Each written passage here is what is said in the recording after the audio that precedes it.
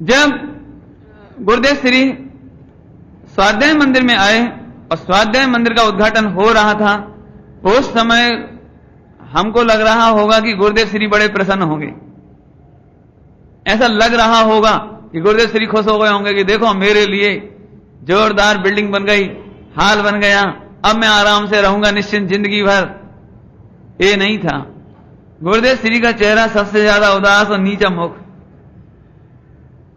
गुरुदेव श्री ने बोला, तुम्हें स्वाध्याय मंदिर बनाना हो तो बनाओ, नहीं बनाना हो तो मत बनाओ, लेकिन मैं तुम्हारे प्रतिबंध में नहीं रहूंगा। यदि मेरा राग टूट गया तो मैंने जो दिगंबर मार्ग अपनाया वो तो जंगल में जाने का मार्ग है, अटकने का मार्ग नहीं है।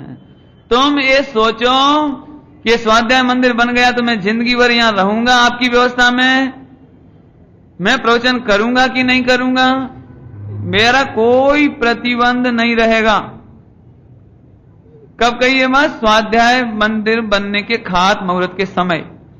तुम बनाओ तो पहले सोच लो, मैं प्रतिबद्ध नहीं रहूंगा, मैंने दिगंबर जिन शासन अपनाया है, मेरा राग टूट गया तो मैं आराधना करने के लिए जंगल में चला जाऊंगा, बंधूंगा नहीं। और उद्घाटन के दिन भी ये बात उन्होंने बता दी कि आप ये समझ लेना, मेरे जाने के बाद आपकी संस्था का क्या होगा मुझे कोई मतलब नहीं है। यहां पर सच्ची बात बताऊं तो हमें कहते तो हैं कि चौथा गुण स्थान था, लेकिन लक्षण कोई छठे सातवें जैसे थे। क्यों? क्योंकि अनुद्दिष्ट आवास, अनुद्दिष्ट बसती का ये दिगंबर मुनिराजों को पाई जाती है दिगंबर जैन शासन में।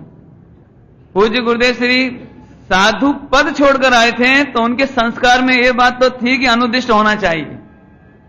भले ही वो बाहर तरीके में दिगंबर नहीं हो सके, साधु नहीं बन सके, लेकिन अंतर में भावना, परिणति इस बात की थी कि हमारे उद्देश्य से कोई काम नहीं होना चाहिए। और आज हम जानते हैं जो लोग गुरुदेव श्री के परिचय में रहे, उन्होंने पूरे जीवन कौन ग्रंथ छपाओ, कौन मंदिर बनाओ, कौन सा करो कि मत करो, क्या हिसाब किताब है, कितना पैसा दान में आता है, कौन सेठ दान में देता है नहीं देता है, एक दिन भी इंटरेस्ट नहीं लिया।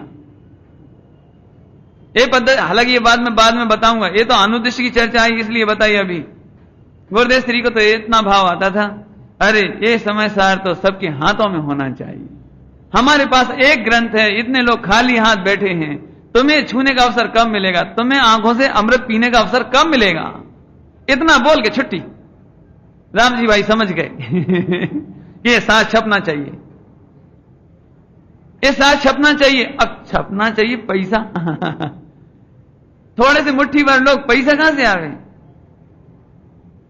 पैसा कहां से आवे। अभी गुरुदेव श्री ने तो बोल दिया, बीच बीच में गुरुदेव श्री को नींद भी नहीं आवेगी, ये शास्त्र कब आवेगा हाथ में, शास्त्र कब आवेगा हाथ में। तो 3-4 दिन जब गुरुदेव श्री को बरोबर नींद नहीं आई और पाठ पर बैठते ही प्रवचन करते समय उनकी चेहरे की उदासीनता देखी, तो बहन श्री को ऐसा लगा, शांता बहन, चंपा बहन को, कि गुरुदेव श्री को कोई तबीयत खराब है, क्या बात है, बरोबर क्यों नहीं दिखते हैं, गुरुदेव का प्रमोद क्यों नहीं दिखता है। तो राम जी भाई वगैरह, जो चंदू भाई तो उस समय नहीं थे, और जो थे उनको पूछा बात क्या है, बात क्या है। तो बोले गुरुदेव श्री को नींद बरोबर नहीं आती है, समय सार जी सबके हाथ में आवे। ऐसा ऐसा उनका भाव। अरे तुमने हमको पहला क्यों नहीं बोला, 4 दिन नींद नहीं आवी। अरे गुरुदेव का विकल्प हमको तत्काल पूरा करना चाहिए। और तत्काल उन्होंने उसी दोपहर में मीटिंग बुलाई, सबकी सभी बहनों को बुलाया, गांव में जितनी बहनें उनको बुलाया, जो परिचित सबको बुलाया, और उन्होंने अपनी बंगड़ी उतार के दे दी। 575 रुपया, और जो जिसके पास रुपया उसे मैं जोड़ा था वो सब दे दिया, और सबने भेला करके वो पूरा पैसा इकट्ठा करके राम जी भाई को दिया कि अब तुम गुरुदेव श्री को निश्चिंत करो, जाओ। इस समय सार जी भाई साहब आपके हाथों में कैसे आए हैं, इसकी तो अपन कल्पना ही नहीं कर सकते हैं। और समय आ रहा है, मैं अभी सुनाऊंगा कहानी में। 1999 संवत में हिम्मत भाई जी ने इसका गुजराती अनुवाद पूरा किया 1999 संवत में, उसके बाद ये छपने में आया।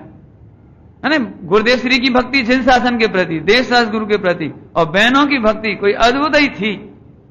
मैं इसलिए बता रहा हूं, अरे रे एक बार हमारे खाने में कम पड़ जाए, कपड़े में कम पड़ जाए, दुनिया में कम पड़ जाए, लेकिन देव शास्त्र गुरु की भक्ति में तो बिल्कुल भी कमी नहीं आनी चाहिए। ये कहानी से ये आपको शिक्षा देने जैसी बात है।